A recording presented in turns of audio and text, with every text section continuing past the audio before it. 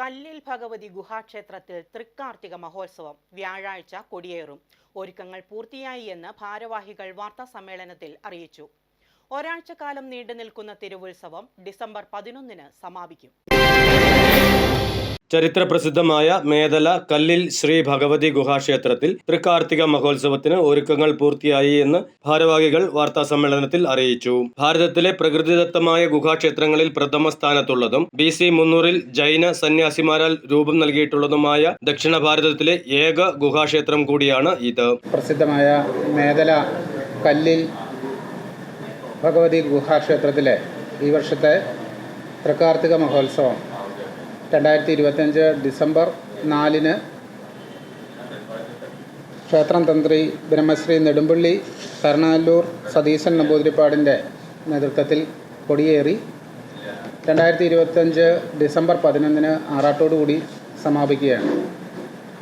ഈ ഉത്സവത്തോടനുബന്ധിച്ച് വിവിധ കലാപരിപാടികളും പ്രസാദകൂട്ട്, വാദ്യമേളങ്ങൾ എന്നിങ്ങനെ വിവിധ പരിപാടികളോടുകൂടി ഭംഗിയായി നടത്തപ്പെടുകയാണ്. ഈ ക്ഷേത്രോത്സവത്തിലേക്ക് എല്ലാ ആളുകളുടെയും എല്ലാ ഭക്തജനങ്ങളുടെയും പങ്കാളിത്തം ക്ഷണിക്കുന്നു.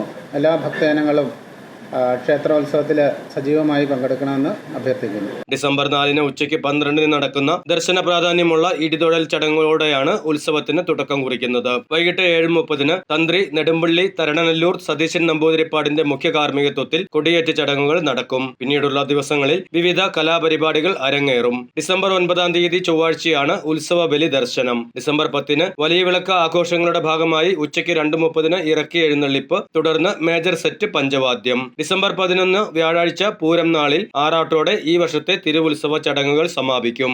BC 3-ാം നൂറ്റാണ്ടിൽ സ്ഥാപിക്കപ്പെട്ടുവെന്ന് വിശ്വസിക്കപ്പെടുന്ന ഒരു ക്ഷേത്രമാണത്. അത് ജൈന മതത്തിൻ്റെ ചരിത്രപരമായ സാംസ്കാരിക പൈതൃകമൊക്കെ കയറുന്ന ഒരു അമ്പലമാണ്.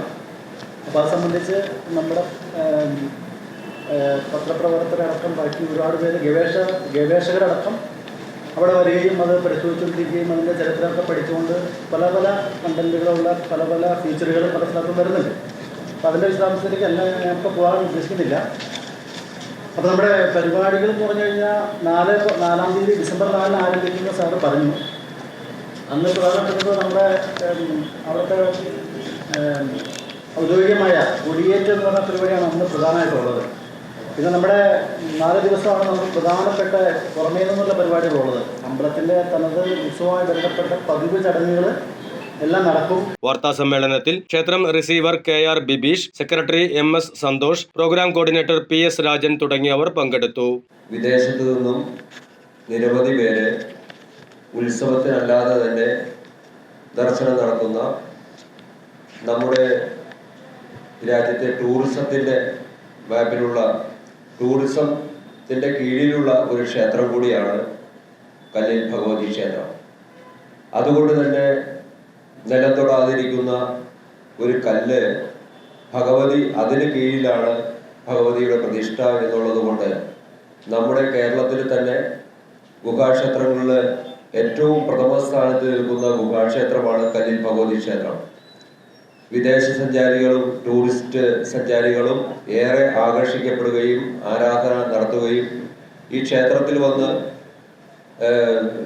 ഭഗവതിയുടെ അടുത്ത് പ്രാർത്ഥിച്ചാൽ, അവിടെ ചൂല് വഴിപാടായിട്ട് സമർപ്പിച്ചാൽ കൂടുതൽ സ്ത്രീകൾക്ക് മുടി ഉണ്ടാകുമെന്നും, അതേപോലെ 2-3 കല്ലുകൾ ചേർത്ത് വച്ച് ക്ഷേത്രത്തിൽ വച്ചതിന് ശേഷം അവനവൻ്റെ കെട്ടിടങ്ങൾ പണിയുന്നതിന് ശ്രമിച്ചാൽ അത് പൂർത്തീകരിക്കുന്നതിന് താമസം വിനാ സാധിക്കുമെന്നുള്ള ഒരു ഐതിഹ്യം നിലനിൽക്കുന്നുണ്ട്. News desk media city, Perumbavoor.